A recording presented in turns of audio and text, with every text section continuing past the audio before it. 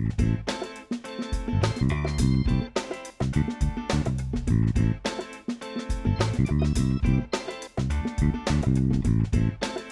everyone, my name is Shannon Reifenberg, and these are my top 5 games of 2019. Man, the year started off real strong with Kingdom Hearts 3 finally coming out after, over a decade of waiting. We finally got it. And I hit play, and my mind was blown. I know all types of people from all types of media outlets really knocked this game for just being a whole lot of the same and feeling like a PS2 game in a PlayStation 4 era, but I absolutely loved every moment.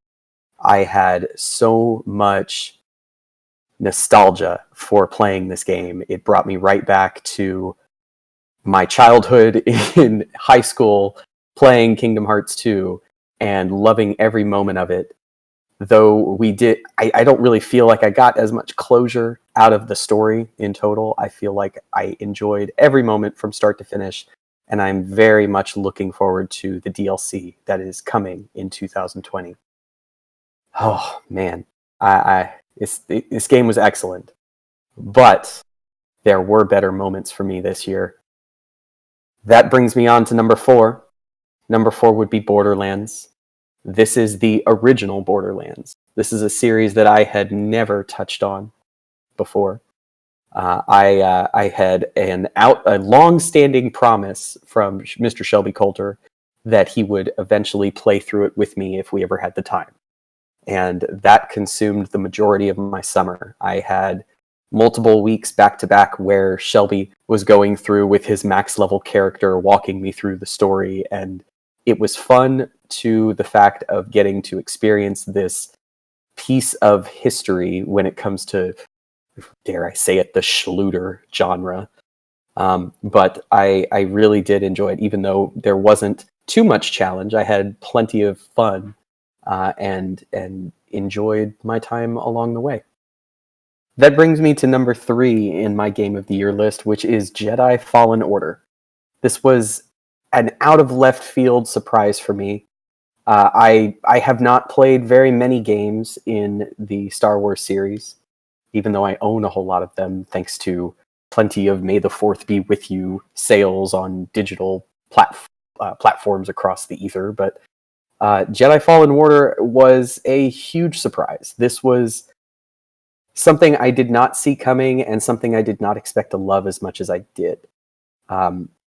Jedi Fallen Order was very much a combination of playing a Metroid Prime game, from how well the map system is, the exploration, even the gaining abilities through the skill tree, to a combination. I hate to bring it up because a lot of people knock it when you compare something to Dark Souls, but it's very much Metroid Prime meets Dark Souls.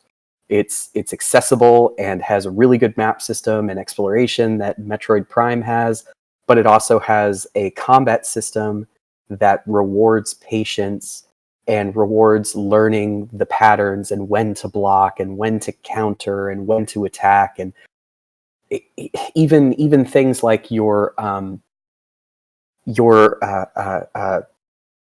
oh my gosh, your meditation circles. Your meditation circles are exactly like the campfires in Dark Souls. You can use them to replenish all of your health, but at the cost of reviving everything around you that you've slain already.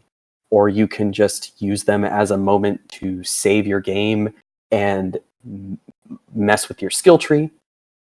They also give you plenty of incentive to, whenever you die, to go back and be aggressive, because when you die, the moment you get a strike on the enemy that fell you, you gain all of your lost experience back. You gain basically more insight and more incentive to go back and pursue and continue to push the story along. So this game brought me into that style of gameplay way more than I think any Dark Souls game ever did, because I've never beaten any of them. And Jedi Fallen Order was excellent. Oh man. My number 2 game for 2019 would be Sayonara Wild Hearts.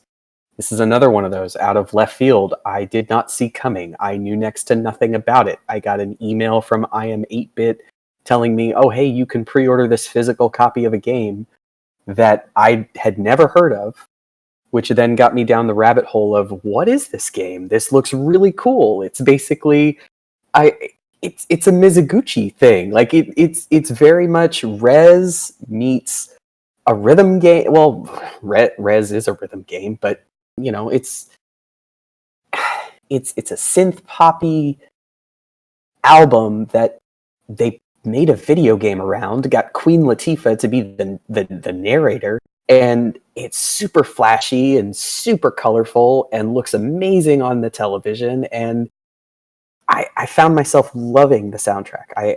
I've heard people say the soundtrack doesn't stand well apart from playing the game. I very wholeheartedly disagree. I feel the soundtrack holds its own very well and is worth it. It's worth a listen. The story was a little bit weak, but I feel the style. This game is dripping with style. The style is what pushed it so high in my list. And if you have not heard of Sayonara Wild Hearts, if you have not played Sayonara Wild Hearts, stop what you're doing, find a system that you can play it on, and go check it out. From start to finish, you can beat this game in like an hour. It's so good. It's a perfect mixture of style, great music, good accessibility, and just it's worth it. It's worth it. Man, that brings me to number one. And I don't know how fair it is to call a game that came out like 2 or 3 years ago number one on my list. But Beat Saber has consumed my life in a way that I never saw coming. I picked up Beat Saber on PlayStation VR early in 2019. I want to say it came out late January, early February. It was definitely Q1. I played weekly for hours on PlayStation 4 with PSVR. When I found out later on in the year that Oculus Quest was coming out with complete freedom to not have to be hooked up to a television, to not have to be hooked up to a console, to not have to be in my living room, and I could still play Beat Saber, I went out and dropped $400 on an Oculus Quest just for Beat Saber. And I didn't even expect the side quest modifications, because you can, the same way that Beat Saber can be modified on a PC through the side quest applications on Oculus Quest, I have now turned my Oculus Quest into a Beat Saber machine with, I want to say I've got 300 plus songs on it now. I've built my own playlists, and they've Beat Games, I think is the publisher. They've continued to add new playlists and new songs and new game modes. They just added 90 degree and 360 degree levels to Beat Saber. I think the 360 degree ones are exclusive to the Quest.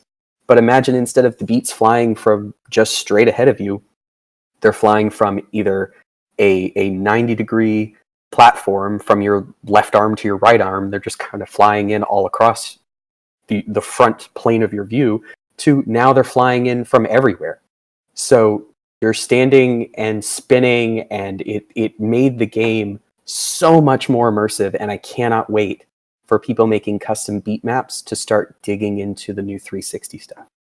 I love Beat Saber. I found myself strapping ankle weights to my wrists to use it as more of a workout.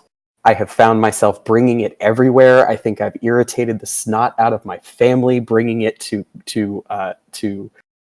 parties and stuff, and trying to convince family members and friends to play it, just because I want people to love it, because I think this is the game that sells VR. It sold me on a second VR headset, which I never thought I was going to do. I thought PSVR was it. I went out and bought a Quest just for this, and I have since discovered, because of Beat Saber, I have since discovered other experiences that I would have never seen on PlayStation VR because they still haven't come there. So yeah, Beat Saber takes the cake for me, and I am pushing probably 200 hours with that headset on between my time with PlayStation VR and my time with the Quest over the last year. I have sunk probably close to 200 hours between both systems, and I am just begging for more. That's what I want to do right now. I want to go upstairs, put my headset on, and play more Beat Saber. Just pump it into my veins. If you want to reach out to us, we have new ways to do so. You can email us at procedurallygeneratedent@gmail.com. If you like what we do, you can support us on Patreon by going to patreon.com/pgent. Patreon supporters get the video version of the podcast a day early. Follow us on Twitter at twitter.com/progenint. Check out our YouTube channel, and we still have that famous Facebook group where you can interact with us on a daily basis as well.